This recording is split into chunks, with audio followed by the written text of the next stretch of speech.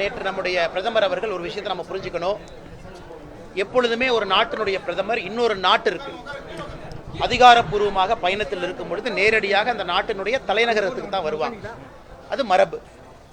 ஆனால் நம்முடைய பிரதமர் நரேந்திர மோடி அவர்கள் தாய்லாந்து பயணத்தை முடித்துவிட்டு இலங்கை பயணத்தை முடித்துவிட்டு நேரடியாக நம்முடைய தமிழ் மண்ணுக்கு வந்திருக்கிறாங்க. எந்த அளவுக்கு நம்முடைய மண்ணின் மீது ஒரு பெரிய மரியாதை வச்சிருக்கிறாங்க. அதே நேரத்தில் 8300 கோடி ரூபாய் மதிப்பு இருக்கக்கூடிய திட்டங்களை மக்களுக்கு அர்ப்பணிச்சிருக்கிறாங்க. முடிஞ்ச திட்டங்களை துவங்கி வச்சிருக்கிறாங்க. அதில் 550 கோடி ரூபாய்க்கு மேலே பெருமானம் இருக்கக்கூடிய அந்த பாம்பன் புதிய பாலம் அதையும் நேற்று நாட்டு மக்களுக்கு அர்ப்பணிச்சிருக்கிறாங்க. இந்த நிகழ்வில் நம்முடைய மாநிலத்தினுடைய முதலமைச்சர் அவர்கள் பங்கேற்காதது உள்ளபடி வருத்தமே. அவர் கண்டிப்பாக பங்கேற்றிருக்கணும். ஏன்னா அரசியல் ஒரு பக்கம், டெவலப்மெண்ட் ஒரு பக்கம், வளர்ச்சி ஒரு பக்கம் இருக்கும் பொழுது எப்பொழுதுமே வளர்ச்சிக்கு அதிக முக்கியத்துவம் பாரதிய ஜனதா கட்சி கொடுக்கும். அரசியலுக்கான நேரம் எப்பொழுதும் இருக்கும். ஆனால் நேற்று நம்முடைய முதலமைச்சர் அவர்கள் அரசியல் செய்ய வேண்டிய நேரமோ காலமோ நேற்று இல்லை. அவர் அங்கிருந்து பிரதமரை வரவேற்று தமிழக மக்களுக்காக அர்ப்பணித்த திட்டத்தில் முதல் ஆளாக நம்முடைய முதல்வர் இருந்திருக்கணும். அதனால் எங்களுக்கு அதில் வருத்தம் தான். அடுத்த முறை பிரதமருடைய நிகழ்வுகள் நடக்கும் பொழுது நிச்சயமாக முதல்வர் தன்னை திருத்திக் கொள்வார் என்று எதிர்பார்க்கின்றோம். சார், இன்னைக்கு அசம்பிளியில் சீஃப் மினிஸ்டர் பேசும்போது ஃபிஷர்மேன் இஷ்யூ பற்றி பேசும்போது பிரதமர் ஒரு கன்ஸ்ட்ரக்டிவான ஸ்டெப்ஸ் எடுக்கல அப்படிங்கிறத பேசியிருக்காரு. சட்டப்பேரவையில் நம்முடைய மாண்புமிகு முதல்வர் அவர்கள் என்று பேசும் பொழுது இலங்கைக்கு சென்ற நம்முடைய பிரதமர் திரு நரேந்திர மோடி ஐயா அவர்கள் ஆக்கப்பூர்வமாக எதையும் பேசவில்லை என்கின்ற குற்றச்சாட்டை வச்சிருக்கிறாங்க. முதலமைச்சர் அவர்கள் ஊட்டிக்கு போனனால என்ன நடந்துச்சுன்னு அவருக்கு தெரிய வாய்ப்பில்லை. வெளியுறவுத்துறையினுடைய செயலாளர் அவர்கள் ஒரு செய்தி குறிப்பு அடிப்படையில் பிரதமர் அவர்கள் இலங்கையில் என்னெல்லாம் பேசினாங்க அப்படி. பாரத பிரதமர் நரேந்திர மோடி அவருடைய அந்த இலங்கைக்கான பயணம் என்பது ஒரு சரித்திரம் வாய்ந்த பயணம். நான் கொஞ்சம் விவரமாக அதை பற்றி பேச விருப்பப்படுறேன்.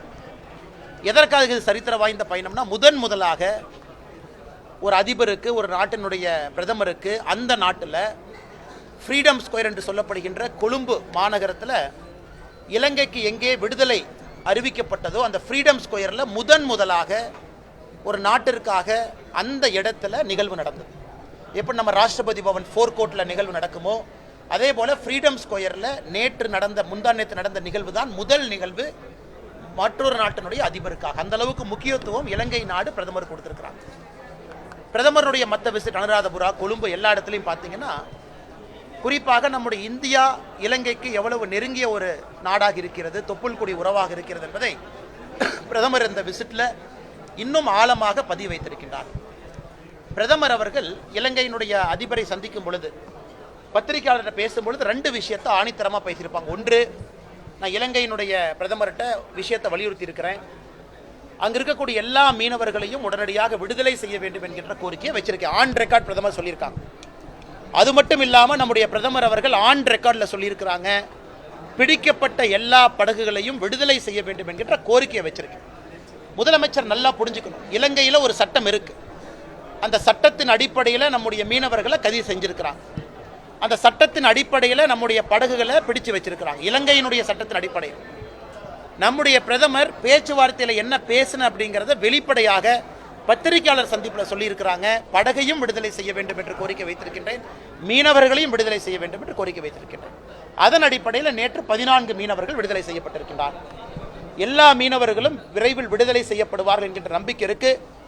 அதே நேரத்தில் ஒரு பெரிய நாடு, முக்கியமான நாடு, பொருளாதாரத்தில் மிக முன்பு சென்று கொண்டிருக்கக்கூடிய நாடு, இலங்கைக்கு ரொம்ப நட்பாக இருக்கக்கூடிய நாடு, இந்திய நாட்டினுடைய பிரதமர் வைத்திருக்க கோரிக்கைக்கு நிச்சயமாக இலங்கையினுடைய பிரதமர் அவர்கள் செவிசாய்ப்பார்கள் என்கின்ற முழு நம்பிக்கை எனக்கு இருக்கு.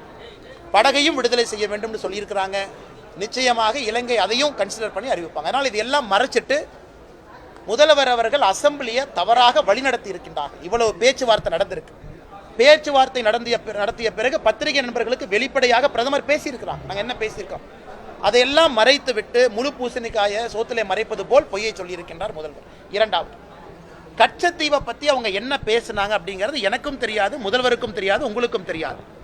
ஒரு நாட்டினுடைய ரகசிய திட்டங்களை இன்னொரு நாட்டில் பொதுவெளியில் பேச போவது கிடையாது. பாரதிய ஜனதா கட்சி தமிழகத்தினுடைய அதிகாரப்பூர்வமான நிலைப்பாடு, திமுகவுக்கு முன்பே எங்கள் நிலைப்பாடு கச்சத்தீவு திரும்பி கொண்டு வர வேண்டும் என்று திமுகவுக்கு முன்பே எங்கள் நிலைப்பாடு இருக்கு. அதனால் முதலமைச்சர் அவர்கள் தயவு செய்து எங்களுக்கோ பாரத பிரதமர் நரேந்திர மோடி அவர்களுக்கோ பாடம் எடுக்க வேண்டாம் கச்சத்தீவை பற்றி. கச்சத்தீவு இன்னைக்கு இன்னொரு நாட்டினுடைய சொத்தா இருக்கு. கத்தியை காட்டி துப்பாக்கி முனையிலே அந்த சொத்தை பறிமுதல் செய்து கொண்டு வர முடியாது. அதற்கு ஒரு சிஸ்டம் இருக்கு. நிச்சயமாக பாரதிய ஜனதா கட்சி தமிழகத்தினுடைய கோரிக்கை நாங்கள் ஜெய்சங்கர் ஐயாட்ட எப்போ வச்சிருக்கோம். அதனால் அவர்கள் அவங்க மீட்டிங்ல என்ன பேசினாங்க, வெளிப்படையாக என்ன சொல்ல வேண்டுமோ பிரதமர் அவர்கள் சொல்லியிருக்கிறாங்க. அதனால் இதை வைத்து முதலமைச்சர் அவர்கள் அரசியல் செய்வது நகைப்புக்குரியது. செய்திகளை உடனுக்குடனும் துல்லியமாகவும் தெரிந்து கொள்ள சப்ஸ்கிரைப் பண்ணுங்க.